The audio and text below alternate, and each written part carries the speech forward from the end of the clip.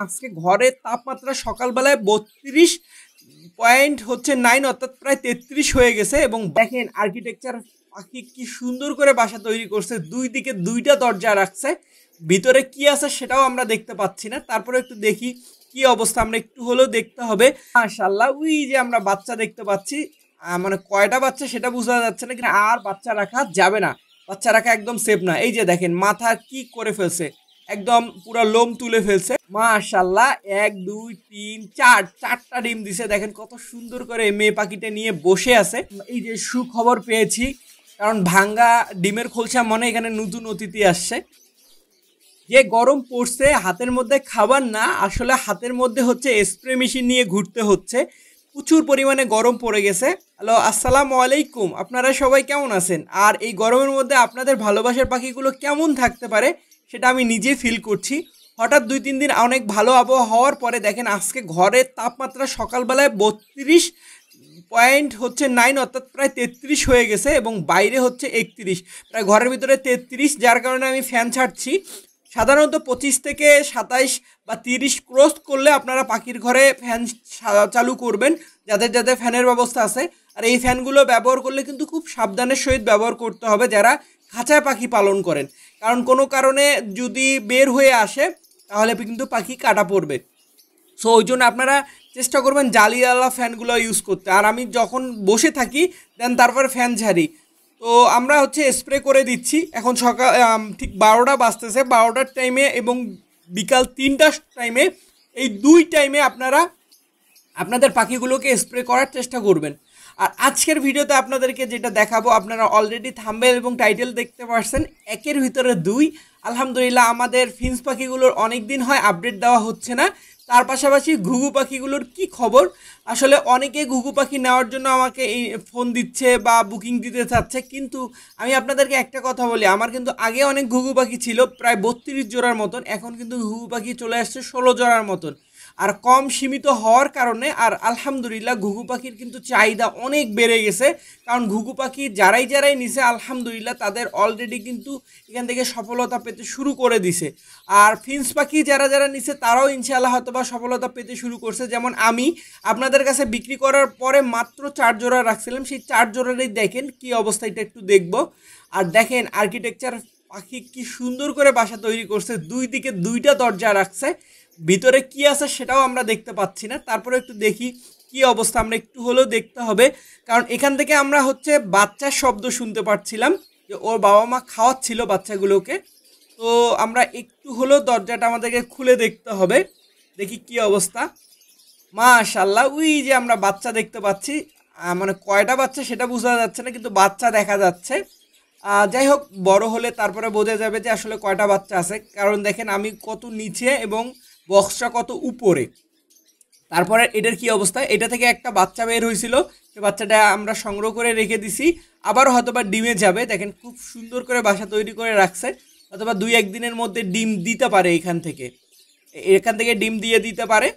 তারপর আশা করি এখান থেকেও আমরা ভালো রেজাল্ট পাবো। এবং যারা যারা আমার কাছ থেকে ফিন্স পাখি নিছেন তারা আলহামদুলিল্লাহ, আমার বিশ্বাস আপনারা হয়তো আমার মতন ডিম বাচ্চা করতে শুরু করছে। যদি আপনার পাখিও ডিম বাচ্চা করে থাকে অবশ্যই কিন্তু কমেন্টে জানাবেন, তাহলে হয়তো বা অন্য কেউ দেখতে উৎসাহিত পাবে যে না, পাখিগুলো নেওয়া যায়। যাই হোক, পরে হচ্ছে এটাতে এখনও বক্স লাগায়নি, কারণ এদের পেয়ারিংটা এখন পর্যন্ত ঠিক হয় না। এটা একটু দেখবো কি অবস্থা। মাশাআল্লাহ, 1 2 3 4 চারটা ডিম দিছে। দেখেন কত সুন্দর করে মেয়ে পাখিটা নিয়ে বসে আছে, দেখতে কতটা না সুন্দর লাগছে। এই অবস্থায় এই মাত্র আমার কাছে 4 জোড়া ফিন্স পাখি, এই 4 জোড়া থেকে যা বাচ্চা হবে সেগুলো আপনাদের কাছে ইনশাল্লাহ সেল করার চেষ্টা করবো। আর এটা হচ্ছে আমার ঘুঘু পাখির সেট আপ। তো ঘুঘু পাখির আমরা একটা দেখতেছিলাম একটা খাঁচার মধ্যে, ওদের বাবা মা প্রচুর পরিমাণে বাচ্চাগুলোকে ঠোকরাঠুকরি করতেছিল, মানে মাথার লোম তুলে ফেলতেছিল। তার মানে এখানে আর বাচ্চা রাখা যাবে না, বাচ্চা রাখা একদম সেফ না। এই যে দেখেন মাথা কি করে ফেলছে, একদম পুরো লোম তুলে ফেলছে। আর এইরকম পরিস্থিতি হলে ওই বাচ্চাকে আপনারা কখনোই আর ওদের বাবা মায়ের সাথে রাখবেন না। ওই পরিস্থিতিতে বাবা মার সাথে রাখলে আস্তে আস্তে রক্তাক্ত করে ফেলবে, কারণ ও চাচ্ছে না ওর বাচ্চাগুলো থাক। আবার অনেকের বাচ্চাগুলো এত বড় হয়ে যায়, আবার ডিম থেকে বাচ্চা ফোটে, তারপরেও ওদের বাচ্চাগুলোকে কিছু করে না, বাচ্চাগুলোর মতন নিজে নিজে খায়। আর ওরা আবারও নতুন করে ডিম বাচ্চা করতে শুরু করে দেয়। কিন্তু কিছু কিছু ঘুঘু পাখি আছে যে এই যে একটু আগে যেরকম দেখলেন, এটা এইরকম সমস্যার মধ্যে আপনারা ভুগলেও ভুগতে পারেন। যদিও ঘুঘু পাখি অনেক শান্তশিষ্ট পাখি, এরা খুবই কম মারামারি করে বা খুব কম বাচ্চাকে মারে বা মেরে ফেলার চান্স খুব কম থাকে। তারপরে আপনাদেরকে একটু কেয়ারফুল থাকতে হবে, যদি এইরকম কোনো প্রবলেম ফেস করেন সাথে সাথেই এটা সরাই দিবেন। মাশাল্লাহ, আমাদের প্রতিটা ঘুঘু পাখি ডিম নিয়ে বসে আছে কত সুন্দর করে। দেখো একদম সুন্দর করে করে বসে আছে, এই যে দেখা যাচ্ছে ডিমটা জমছেও মনে হচ্ছে। তো ইনশাল্লাহ এবার আমরা অনেকগুলো বাচ্চা পাবো। আর আলহামদুলিল্লাহ এখন পর্যন্ত অনেকগুলো বুকিং আমরা নিয়ে ফেলছি। যাদের বুকিং নিছি তাদের জন্য ইনশাল্লাহ বাচ্চা রেডি হচ্ছে। আর যারা আরও নেওয়ার ইচ্ছুক তারাও বুকিং করে রেখে দিতে পারেন। মোটামুটি এখানেও দেখতেছি প্রতিটা দেখেন কত সুন্দর করে ডিম নিয়ে নিয়ে বসে আছে, দেখতে অনেক সুন্দর লাগছে। আর আপনাদেরকে যেটা বলবো, ঘুঘু পাখির কিন্তু খাওয়া খরচও খুবই কম। এই যে এরা ডিম দিবে হয়তোবা সুন্দর করে বাসা তৈরি করে রাখছে, ঘুঘু পাখির খাওয়া খরচ একেবারে কম। সেই অনুযায়ী আপনারা এখানে হয়তোবা ওই রকম লাভ অংশ হবে না, আলহামদুলিল্লাহ এখানে লসও হবে না। ঘুঘু পাখিটা এমন একটা পাখি, নোংরাও করে খুব কম। সো আপনারা চাইলে এই ঘুঘু পাখিটা সহজে পালন করতে পারেন এবং এদের অসুখ বিসুখও একেবারে নাই বলতেই চলে। আমার এখানে খুবই মানে মৃত্যুর হার একেবারেই কম, মানে 100%-এর মধ্যে 2%, 3% এরকম হইতে পারে। তারপর এটার কী অবস্থা, আর ঘুঘু পাখির আরেকটা সমস্যা হয় যেটা মাথায় রাখতে হবে, ঠান্ডা। হ্যাঁ, ঠান্ডা গরম এই জিনিসটা ওরা সহ্য করতে পারে না। মাশাল্লাহ এখানে অনেক সুন্দর করে নিয়ে বসে আছে। আর আমরা এখানে একটা এই যে সুখবর পেয়েছি, কারণ ভাঙ্গা ডিমের খোলসা মনে এখানে নতুন অতিথি আসছে। আর এই ডিমের খোলসাটা আমরা কালেক্ট করে নিলাম।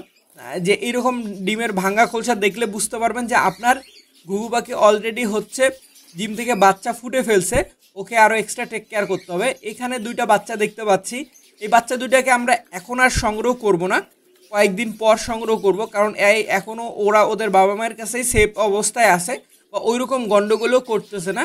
আর এই যে বড়টাকে সংগ্রহ করা গেলেও ছোটোটাকে কিন্তু এখনও ছোট সাইজেই আছে। তারপর এটার কী অবস্থা একটু দেখব। এটা আমরা নতুন পেয়ার দিয়েছিলাম, মাশাল্লাহ এটাও ডিমে চলে গেছে। আমরা কিন্তু ঘুঘু পাখির এর আগেও আপনাদেরকে একটা ভিডিও দিছিলাম, অটো ডিম দেয়।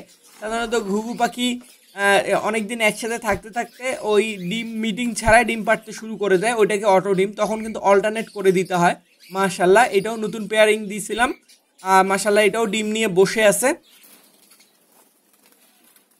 তারপর এইটার কি অবস্থা একটু দেখবো। মাশাল্লাহ এইটা হচ্ছে সেই পাখিটা, যেই ঘুঘু পাখিটা আমার এবিআরের সবচেয়ে সুন্দর ঘুঘু পাখির মধ্যে একটা, যে রেড আই দেখেন, এটা হচ্ছে কালো আর এই চোখটা দেখেন একদম লাল দেখা যাচ্ছে, লাল। এটাকে অ্যালবিনো বলে, হ্যাঁ অ্যালবিনো ঘুঘু বলে। যদিও এটা একদম ফুলফিল অ্যালবিনো হয়নি, একদম ফুলফিল অ্যালবিনো হলে একদম সাদা হয়ে যেত, শরীরে কোনো স্পট থাকতো না, কিন্তু এটা হালকা হালকা স্পট আছে।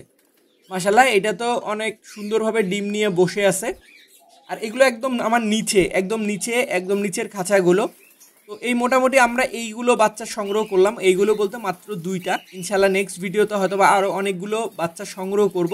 আপনারা এতক্ষণ আমার সঙ্গে থাকার জন্য আপনাদেরকে অসংখ্য ধন্যবাদ। ধৈর্য সহ আমার ভিডিওগুলো আপনারা দেখেন, জানি না ভিডিওগুলো কেমন লাগে। ভিডিওগুলো ভালো লাগলে অবশ্যই কমেন্ট করে জানাবেন। আজকের মতন আল্লাহ হাফেজ, সবাই ভালো থাকবেন, সবার ভালোবাসার পাখিগুলো ভালো থাক। আসসালামু আলাইকুম।